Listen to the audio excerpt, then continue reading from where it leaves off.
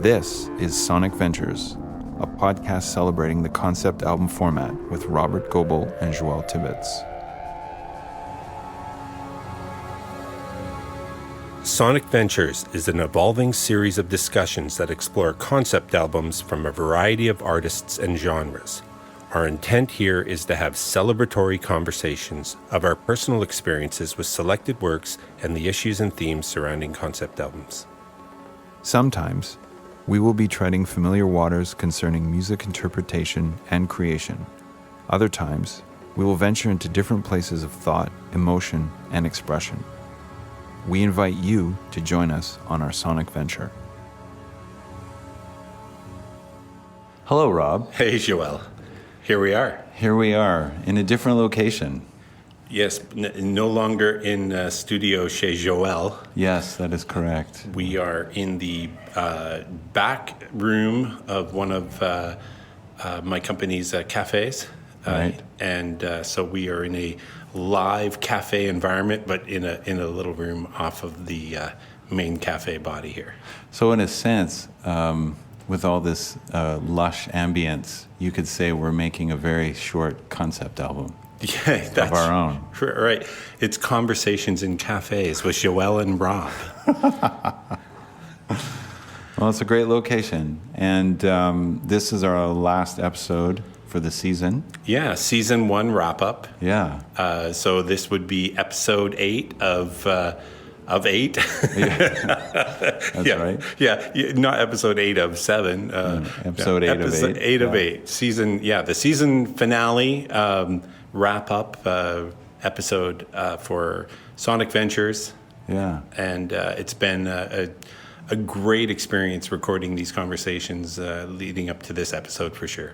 Yeah, and for me too. And I think it's really interesting that we're doing this last episode like this. We're not talking specifically about an album, and I thought that it was very, very appropriate for what we've just done, because I think there was a very interesting, at least for myself, process of talking about these albums and how I actually mentioned, I think it was right before the Sgt. Pepper one, and I talked about how I felt that there was a shift going on for me in terms of my creative life with music, as a musician, as a composer. And I'm telling you right now, I don't know what that is.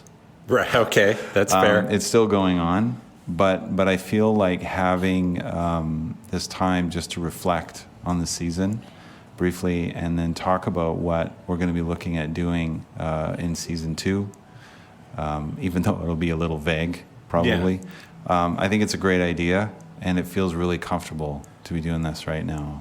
Yeah, and as I reflect on our process, when we started the podcast, we weren't exactly sure of the specific or the specificity of all the format itself. Right. As I stumble through my words here. So we weren't sure if we were going to do 8 episodes of 8 concept albums, or we were going to do alternate specific albums with specific sort of themes to explore in the concept album genre. And in the end, we did definitely a little more emphasis on specific albums, but because we found that the themes still threaded their way through those discussions, I think, right? Yeah, definitely. And I think actually sticking to albums gave us a real interesting hub to stay with in those conversations. And then even how I've mentioned it a few times that depending on what album we're choosing, it creates this architecture between them. So you end up making references between Frank Zappa and the Beatles and then John Coltrane simply because you've talked about them, as opposed to keeping them in separate genres, or even in terms of maybe the concepts that are in them themselves. So there's this really nice cross-pollination of ideas that happens. And you're right, I mean, there's a lot of, I think you said it in the last episode, and you've probably said it before as well, that in a lot of our conversations, we've kind of opened a little bit some doors, or we've looked into little areas of possibly venturing with our discussions, but then they don't really get their attention. And I think that that is really interesting to me, because by us doing these episodes, this initial season, it just shows me that there's a lot of places for us to go, to talk about, to explore. So more consistently sticking with albums, I've found that that's happened a lot, of just showing us other possibilities as we're doing the episodes. Right. I like, that the fact that we've opened at different times so many different doors and had little peeks down hallways that we could choose to walk fully down, but we've had to sort of leave unexplored. It reminds me a little bit of sort of like first year and second year survey courses in university. You're sort of getting some breadth. Right. You open a lot of doors, and you're really just bringing out, possibilities for future discussions that you're going to have. But the building blocks of those all sort of happen through that process, and sometimes you can't get to those depths until you've kind of opened up enough doors to kind of reveal what those possibilities are. Right. And get yourself sort of primed to, maybe focus more specifically. And I think we've, by just virtue of how we've done this, I think that if anyone's been listening to us, that we've kind of been able to bring them through that process and that journey a little bit. And right. If people are going to continue to listen to our discussions, I think they will, with us, sort of get that rhythm of growth and focus that's going to come as we go forward. Right. And so I think it'll be a very natural process when and if it happens. What happens? Just as we bring some more depth or specificity or some specific focus to the discussions. So, I think to sort of talk a little bit about everything as we kind of go into season 2. I would imagine that will change a little bit. And although I still see us focusing on specific albums, right. I see the evolution of our conversations allowing for a different kind of conversation and a different kind of exploration. So, these early albums, some of the choices of these albums sort of were made with that in mind. Sort of meaty albums that were great to tackle, but ones that are familiar. Like starting with Dark Side of the Moon. Starting with Dark Side of the Moon, yeah. There's a heavy hitter to start with right out of the door. I know, and isn't it interesting that we started with that, and it's one that the audience would be familiar with for them. We would assume anyone listening, but it certainly wasn't our favorite discussion. I think. Right. But it was a good one to cut our teeth on, right. And interesting to see how our own excitement or our own sense of what we're interested in sort of comes after that. Well, it's interesting too that first album, doing Dark Side of the Moon, because for me, there was a huge epiphany by doing that. Yeah. By putting myself in what I felt like was the deep end at first. And that was evidence for me that not only was it good to do that, but it's good to keep doing that. Yeah. And to keep moving forward. And it's interesting how I think all of those albums actually have they have their own weight historically, and just in terms of not only the influence that they've had, but just also my own personal regard for them. And I think that the way that our relationship has evolved through these conversations has been really interesting, because not that I was consciously thinking about it this way, but when we did Dark Side of the Moon, there was still a little bit of a feeling for me like I'm kind of on my own with this a little bit, because we hadn't formed a relationship by doing this, through doing this. Yeah. And having done that first episode and the way it went, that very quickly showed me that, okay, no, like you guys together can take on what might seem a little intimidating or perplexing as to how to go about it, because when it comes to actually having this conversation, there's going to be that support, there's going to be that interest. And then the great thing I love about that is then there ends up being those moments where you actually do say something or do something that makes you feel like, I know in a couple episodes I kind of lost my train of thought. Yeah. Well, it's okay. Yeah. Yeah. So suddenly you, or at least for me, I realized that the initial enthusiasm of doing this with you also came with a very clear supportive element, which is really great. And that just makes me even more excited about what we're going to be doing in season 2. I know that we've talked about respectively how we have a lot of different ideas about music, and sound and things that we want to share and discuss. And then how after we've had an episode and we'll say, I didn't say that thing. I wanted to say that really great thing I came up with, and there was no window in this conversation for it to happen. Right, and those are cool moments, because they're those little left behind gems that really show that the conversation itself is sort of an organic thing. Yeah. And these aren't scripted, they're not even outlined. We just start talking, and our process of preparation is the two of us go off and listen to the album innumerable times in many different formats through many different days and weeks.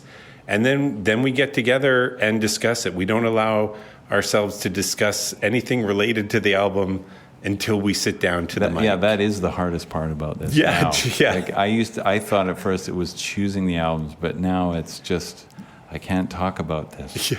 It's very difficult. It is very difficult. It's fun, but it does show you that even with your prep and some of the thinking that you might do independently, that, I want to talk to Rob about this, or I want to talk to Joël about this, that when the conversation starts, it's like following the river that has its own current, right? And it's got a life of its own. Yeah, and you got to respect the moment, So like these discussions haven't been essays, like they haven't been sort of configured to hit specific points at specific times and be perfect little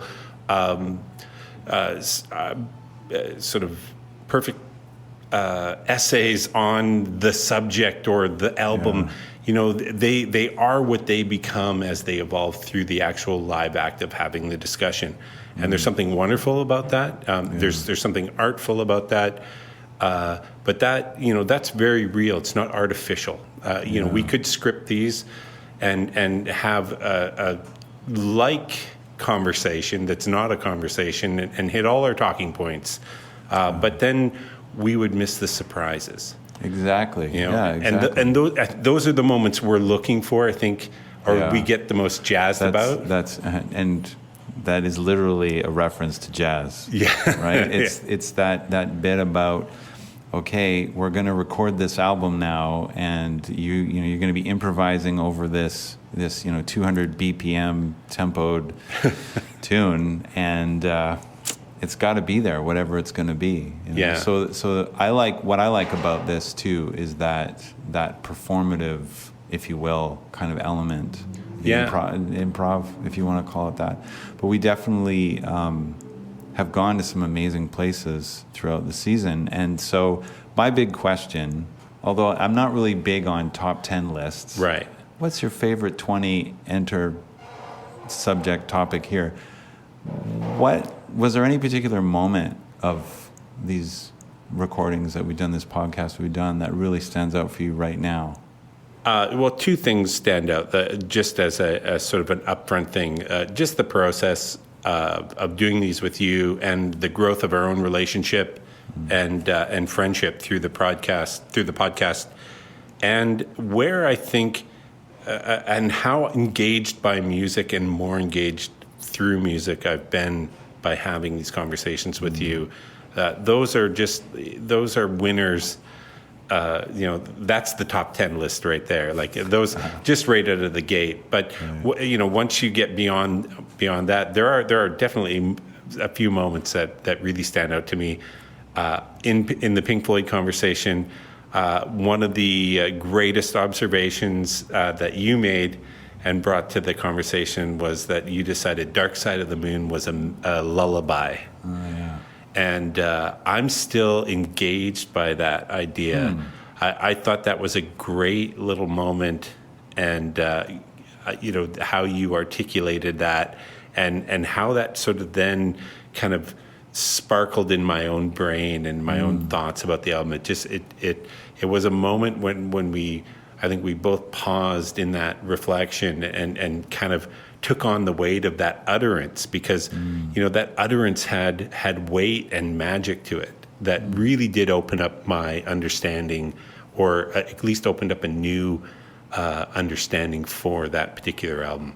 So now when I listen to it, I see it and hear it, if I want to, as a lullaby, and it just adds a smile to my face as it plays on. And that's nice. And that didn't exist before until you brought that up, until we made that connection here in the conversation. So, that shows that through these conversations, an album we've listened to probably individually since we were young guys, young boys, that after one conversation, I can have a whole new appreciation for the album. Right. Yeah. That's the reward for that. So that moment stood out because it was the first moment like that that I remember, and that nice. One was big. What about you? Well, all of them, of course, have their respective. They put their respective smiles on my face, but the Coltrane, A Love Supreme, I felt like there was just this visceral thrill that actually the words were not going to come from either one of us. We could do as much as we like. So literally, and I'm certainly not saying that I play like Coltrane, but I felt like we actually went into it with almost this similar,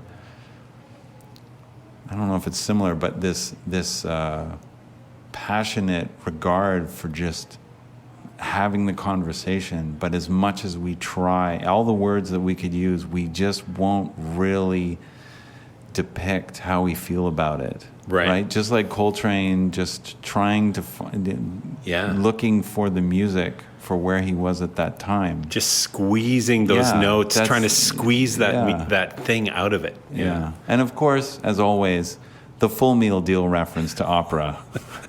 And then how you brought that into, did you bring that into as well? You brought that into another one. What was it? The Rush. I think you mentioned it in the Rush. Did we bring it up in Rush? I think you did. Or maybe I did. But it was mentioned a few times. But I think that there's such an interesting boldness in that statement.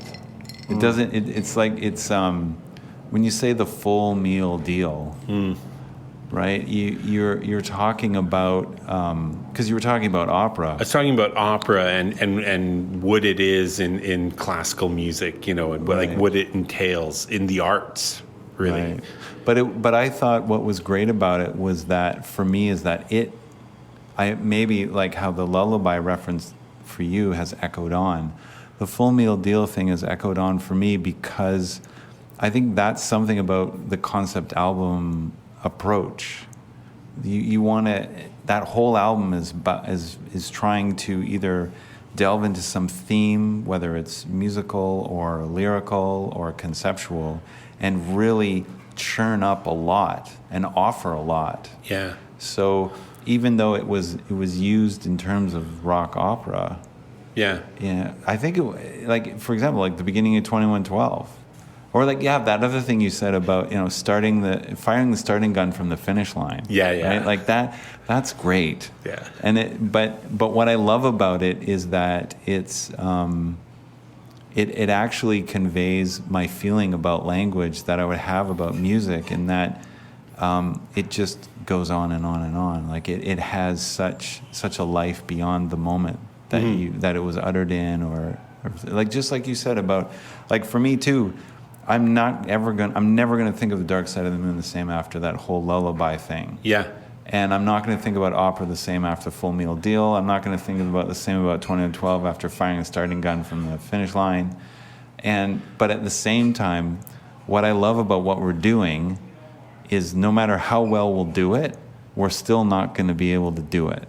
Right. Because we're talking about music. We're talking about sound. And as wonderful as that can be, it's never it. Well, you never, philosophically, you never want to arrive at your destination and say, we've got it. Because as soon as you do that, you don't pursue beyond it, right? Yeah. So it's really, when you're... That's a strong argument for philosophy. Well, that's very strong. It I is. know some very rational people who would actually be uncomfortable with how potent that is. Well, it's a Nietzsche idea, right? And it's basically when he's talking about the Übermensch, he talks about the concept of the last man, and the last man is the one who thinks that he's achieved whatever Übermensch is, that he's already arrived. And as soon as you think that you have sorted it out, that you've got the answer, then you're self-satisfied and you no longer pursue anymore. And it's actually the last man is both, sort of is suggestive of the death of man, because once you've arrived at somewhere where you think you've eclipsed it all and you're done, you are done. You might as well just pack it up, so it's the death of man at that point. So that's like Lemmy. If you think you're too old to rock and roll, you are. Yeah. I mean, rest in peace, Lemmy. Yes, Nietzsche and Lemmy together, finally. Yeah, has anyone ever seen them in the same room together? They similar mustache at one point. Oh, yeah. I guess they might be hard. If they were both standing next to some amp stack, an amp stack, or them apart. Or sitting on a bar stool at the Rainbow, and like who would be who? So with all this great reflection on what we've done, where are we going? To quote Sly Stone, let me take you higher. We're going higher. Oh, wow. Right? Now I'm getting nervous. Yeah. Where are we going? Well, again, the idea of a specific destination for that, although it's, you want a direction, and you want to, you're looking at climbing mountains and moving forward. Part of the mystery of that and part of the excitement is not exactly knowing where you're going. Yeah. I know we want to do more. Yes. We want to do deeper focus, a more narrower focus on some topics, and have discussions that get beyond some of the depths that we've gotten to. Yes. And so you sacrifice breadth to go deeper, usually for that kind of thing, or you cover breadth and then you go into it. We're looking at, I know we've talked about shorter vignettes. Yes. Which I think is a great word. Like, it's a great way to name those. Yeah. Because anyone that is listening and has listened to our podcast, thank you. Yes, thank you very much. My wife is grateful because it means that she hasn't had to listen to me during those moments that I've recorded those, and they're rather wordy, and they're not as long as some podcasts, but they're not as short as some podcasts, and that again was a function of us building the building blocks of how we're going to have discussions. Creating a common vocabulary and a language that would allow us to sort of explore the subject matter, and getting better just ourselves at being on mic and learning how to talk and keep engaged in our conversations. And so as we get better, the idea with those is that a lot of the stumbling blocks or the learning process of some of those conversations itself fall away, and that shortens or truncates the discussion and makes it more focused. But equally, the need to intentionally tighten up and focus some of the discussions is something that I'm excited to do. And whether that means, as we explore how to achieve that, is that more preparation on subject specific things? Like, will we need to have talking points or subjects sort of predetermined, possibly, but I think the idea is we want to expand what we do. Yes. We want to do more. Yeah. And to do more, some things will be shorter to be more focused. And we talked about music analysis. Yes. Song by song. There's been requests. Yeah. I've actually had a handful of people request on that, and I wanted to do that before I heard the requests. Yeah. But I definitely think that going into very specific areas of concept albums and really not only just an analysis in terms of, well, actually an analysis in any way that we can, but I'm also really excited about bringing in more specific music language and music concepts. Yeah. And talking about those more and potentially fleshing them out. Right. And then there's also the other piece about just respectively, like for me, I have a catalog of writing that's just waiting to go somewhere. Yeah. And I found that over the years I couldn't really settle into just put it out there. And I feel that now with what we're doing, it's definitely given me a sense that now's the time to do that. And so I feel that us building, as you were saying, this lexicon or kind of vocabulary about how we talk about albums together has seeped into my personal voice for talking about music.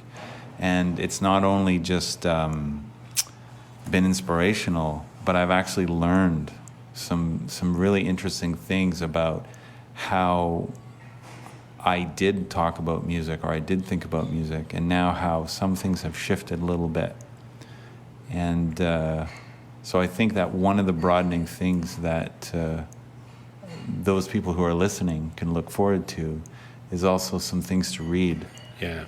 Which is very exciting to me. By the way, hi, Grandma. Sorry. Unfortunately, my grandma's not listening. She's no longer with us. But I always think, my mom's in a care facility, so and she's unable to do some listening. But I know she would. She would. So. It's always funny when I think of listeners because I always it jumps to my mind that family and friends and the interesting thing for me is that pretty much most of the people I know don't even know that I'm doing this podcast. Yeah, which is fine, but I also know that probably most of them wouldn't be into the subject matter, which is cool. It's fine. I find myself, I have to overcome the need to apologize for the podcast that I'm about to recommend to them. Like when people ask me, oh, you're doing a podcast? And it's like, yeah, but, I mean, do you really want to listen to me talk about, haven't you heard me talk enough? Well, they won't if you say it like that. I have not been good selling it. Maybe that's part of this process too. Yeah. Is also how if we talk together long enough, we will actually hit a point where I do a podcast with this guy. With this, yeah. And then it all of a sudden it sounds like you're really in it. Yeah. And then they're like, oh, wow, this has actually, layers of... hold back a bit. Just let them come. Podcast. Yeah. What? Tell me about this podcast. Well, I think I've cultivated that feeling a number of years ago, because when you're a composer and you live in a culture and a society that actually doesn't know, most people don't know what that means. Yeah. You just start saying, yeah, I'm a composer. And then it just drops there, and because you're not expecting anything from it. That's right. You just drop it right there. You develop a thick skin. So when I've said podcast to some people, they'll say, oh yeah. But then everyone's doing podcasts now, so you might as well just say I had breakfast. Mm-hmm. There's so many people doing it. But I am definitely looking forward to what we're going to be doing over the next few months, which is getting ready for the next season. Preparing for the next season, building some of the back-end infrastructure that will host some of our writing. Yeah. We're going to be looking at bonus episode type things or other ways people can access content that we do that may or may not include subscription-based stuff or listener-supported things. I don't think either of us are necessarily thinking about becoming millionaires by I did mention the composer thing, right? Yes, I came to terms with that a long time ago. You have. I get that. But there are platforms where you can build different kinds of content that you can do on those platforms that you can't do on your regular Spotify or your regular Apple feeds, including engaging with music itself and stuff. So there's ways for us to explore to be able to bring more to what we're doing. So not take away from what we're doing, but to add to it and add value, not only to what everybody can access right now, but also to have a channel that allows people to have access to even more value and support that if they want to. Yeah. And just the ability to do more and bring more to this, because we really have. I mean, one of the things, another highlight for me, goes back to that Coltrane episode, and when people are excited or want to know about the podcast, I'm often directing them to that episode. Not specifically because I've got 5 takeaways that I in a list from that episode itself that I want them to hear and be engaged by.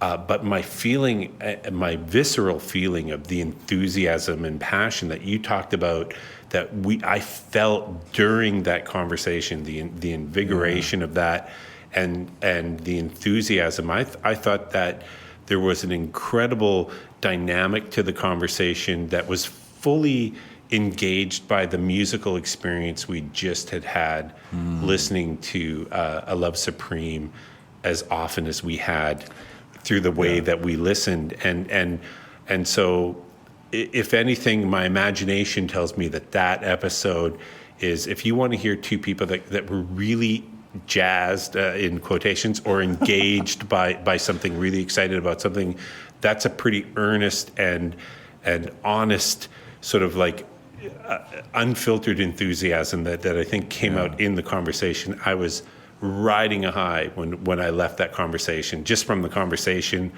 and its connection to the experience of that music. And so that highlight and that episode is something that I can tangibly point to as a moment that I recognize as something significant that someone might connect with, because it was very real for us in the moment. Yeah, very much so. Yeah. And I think that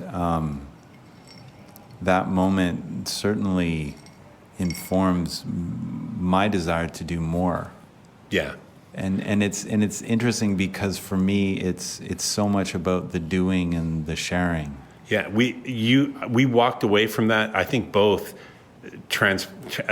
almost transformed. Like, that's the moment where we knew we have to do more. This is screaming for more. Yeah. And then it was when we got to the Beatles.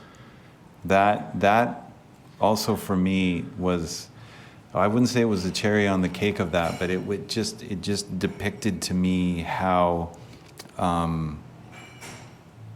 there's a lot more for us to learn that we don't know about. Yeah. That's the other piece. That's really the other piece for me, is that even though I've said there's these things that I've got a catalog of some essays and things I've written, Yeah. it's actually that I'm spurred on to find out more about myself, about you, about music, and the other things that I can't possibly predict are going to happen. And so I think that by doing more, it's back to that whole piece about the surprises that happen. Yeah. And it's not even so much like, as much as I can imagine or we can build intentionally something. Yeah. I think that we are both in the same place with the surprise factor. Wow. Yeah. I know as we get to the end of our summary conversation, our plans here are to keep this episode naturally short in relative to our previous conversations. There are a couple things to acknowledge here. Number one, I want to acknowledge our theme music that is part of the podcast. Joël's mentioned being a composer, and that is one of his compositions and performance pieces. And so the theme music to Sonic Ventures podcast is really nice. Joël Tivitz. And yeah, in case anyone's wondering. What do I owe you after that? How many points do you get? What did Eddie get for Beat It? Oh, nothing? Show me your gift card and I'll stamp it. Yeah, that's right. Thank you. Yeah. I'll take your Subway sandwich half stamped card from your. But yeah, I think that's important to acknowledge and thank both our respective loved ones for for not allowing us to do these, because that's not the right language, but just accommodating, being very accommodating. At times we've had to leave them or abandon them or sometimes kick them out of spaces, and so it's much harder to find a space to record a podcast than most people think it is. But I'm with you there. Yes, much love and gratitude for that support. Yeah, and we've definitely had some close friends that have been enjoying and following our journey. Yes. And I haven't cleared with any of them getting their names to say on the podcast. So I just thank them in general. Yeah, nor have I. Yeah, so thank you, dear friends. Yes. And I also a shout out to Germany. Where I think we had like 20% of our audience at one point was from Germany, I thought that was kind of fun. So, and then maybe the other thing I would love to acknowledge is just the rabid Frank Zappa fan base that continues to drive the listening stats for the Frank Zappa Freakout episode, which was a great episode and fun for us, but it's always nice to see different fan communities find things and engage with them. So, that's something it makes me smile a lot. It was a surprise to me, a nice surprise. Yeah. So, well, Rob, as always, it was a pleasure to speak with you. And here we are, sunny Vancouver in the cafe, live cafe setting, and it was a real pleasure.